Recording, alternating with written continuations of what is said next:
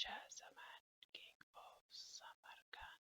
In the years that followed, each brother was content to remain in his own kingdom and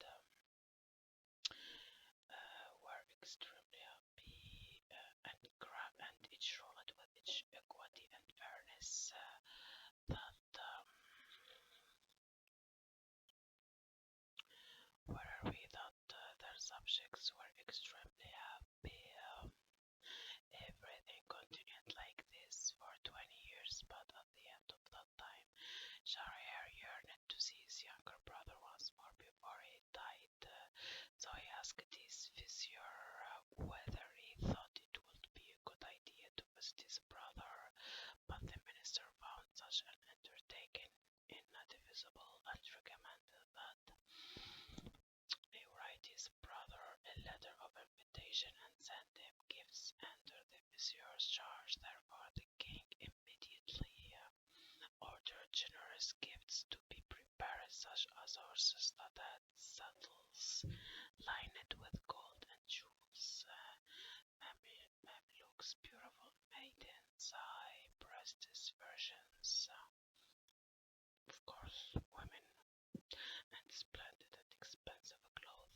He then wrote a letter to Shah Zaman expressing his strong desire to see him, and he ended it with these words: I therefore hope that my beloved brother will honor me with his visit, and I am sending my vizier to make arrangements for the journey. My one and only desire is to see you before.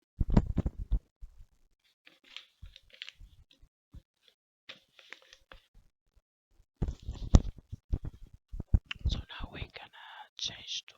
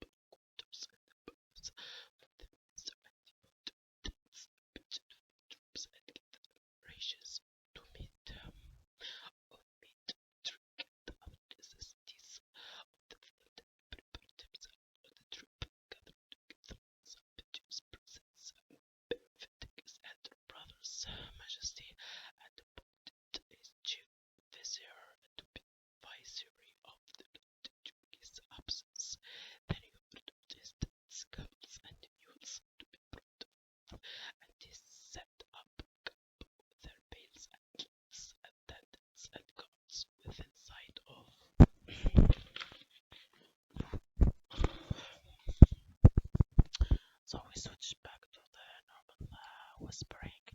The city in order to set out early the next morning for his brother's hospitality.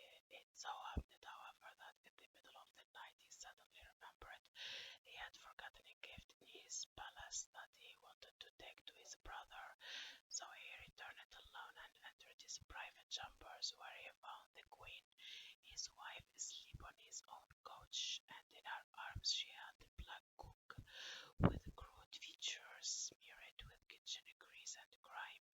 When he saw this, the world turned dark before his eyes, and he said, "If this is what happens while I'm still within sight of the city, what will happen what will this damned whore do during my long absence at my brother's court?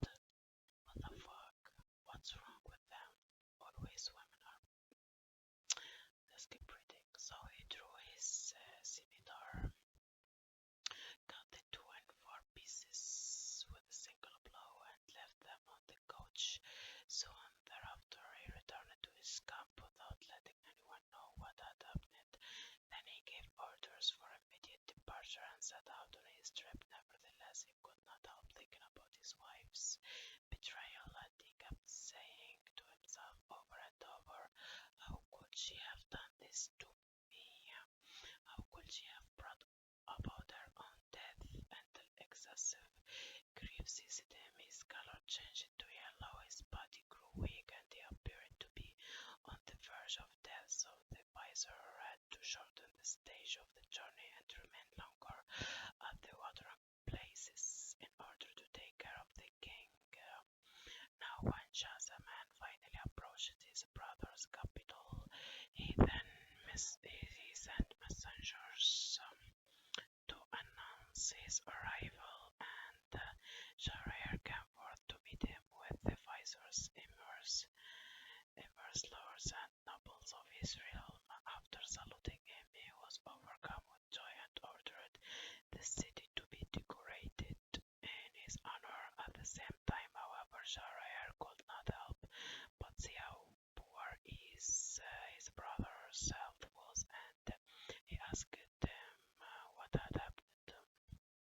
"It's due to the long, hard journey," replied Shahzaman, "and I'll send some care, for I've suffered from the change of water and air, but Allah be praised for reuniting me with my beloved brother."